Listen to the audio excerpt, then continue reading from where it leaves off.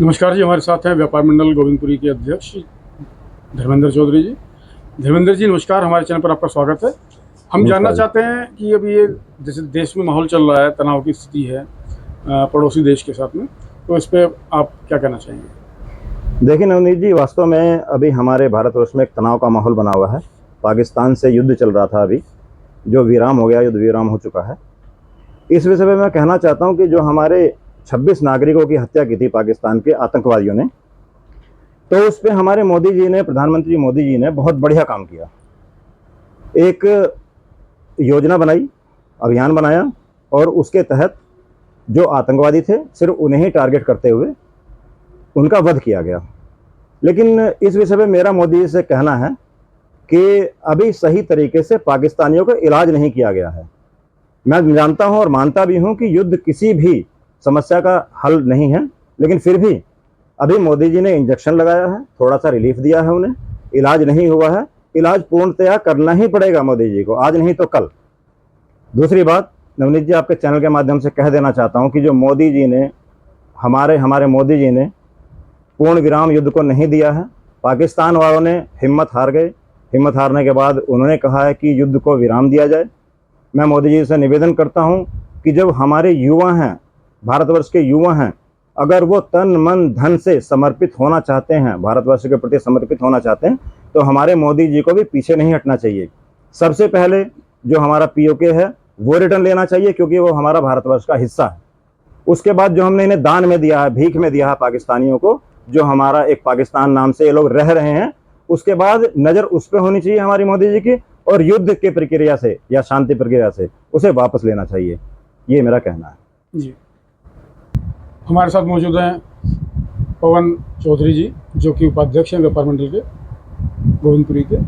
तो आपका इस संबंध में कुछ क्या राय है? नमस्कार नवनीत जी। जी आपके चैनल के माध्यम से मैं कुछ बातों पर अपने विचार प्रकट करना चाहता हूं। जैसे कि लोग कह रहे हैं कि युद्ध शुरू हुआ। युद्ध हमने शुरू नहीं किया, युद्ध करना हमारी मजबूरी बन गई थी। हमारे बहुत ही एक जांबाज बच्चे जो वहाँ घूमने गए थे, उनका नरसंहार किया गया, जिसके बाद हमें एक्शन में आना पड़ा। मजबूर कर दिया पाकिस्तान ने हमें युद्ध करने के लिए।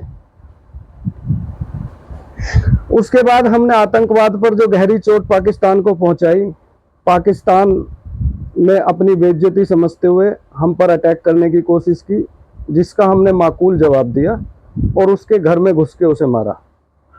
अब दूसरी बात पर मैं कहना चाहूँगा कि अटल बिहारी वाजपेयी जी ने एक बार कहा था कि युद्ध ना होने देना युद्ध जीतने जैसा होता है। देखिए, वो तो है कंगाल, उसके पास कुछ नहीं है खोने के लिए, हमारे पास बहुत कुछ है बचाए रखने के लिए।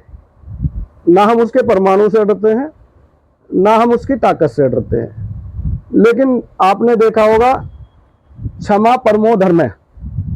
क्षमा करना भी हमारी सनातन की एक रीत रही है, और हम सनातनी क्षमा से ही पहचाने जाते हैं। युद्ध हम कभी भी कर सकते हैं और उसे उसके घर में घुस के मार सकते हैं, लेकिन फिलहाल कुछ बुद्धिजीवियों के कथनानुसार हमने इस युद्ध को समाप्त ना करते हुए थोड़ा सा विराम दिया है। वो भी उसे सोचने समझने का समय दिया गया है। हमें नहीं लगता कि वह बाज आएगा, क्योंकि धोखा देना उसकी फितरत है और घर में घुस के मारना हमारी आदत है। हम उसे फिर मारेंगे, जहां वो चाहेगा वहां मारेंगे, कहकर मारेंगे। लेकिन युद्ध कभी भी कोई भी समस्या का हल नहीं है। इस बात को समझना चाहिए, जो वहां के आतंकवादियों के रूप में सरकार बैठी है उसे भी, और अन्य देशों को भी। मध्यस्थता की जाए, मध्यस्थता करना कोई बुरी बात नहीं है, लेकिन सभी पक्षों को सुनने को और ध्यान में रखते हुए की जाए, उसमें किसी का पक्षपात ना किया जाए। हम शरीफ हैं, डरपोक नहीं। हम डरते नहीं। हम समय आने पर क्षमा भी कर सकते हैं और समय आने पर घर में घुस के मार भी सकते हैं। यह हमें अपनी सेना पर, तीनों सेनाओं पर पूर्ण विश्वास है और यहाँ का हर बच्चा, हमारा हर देशवासी एक सैनिक है और समय आने पे हम पाकिस्तान को दिखा देंगे। धन्यवाद। मैं इस विषय में दो बातें अपनी तरफ से और कहना चाहूँगा। जैसे कि हमारे सूरवीरों ने कहा है कि द्वंद्व कहाँ तक पाला जाए, युद्ध कहाँ तक टाला जाए, तू है राणा का वंशज, फेंक जहाँ तक भाला जाए। धन्यवाद नवनीत जी।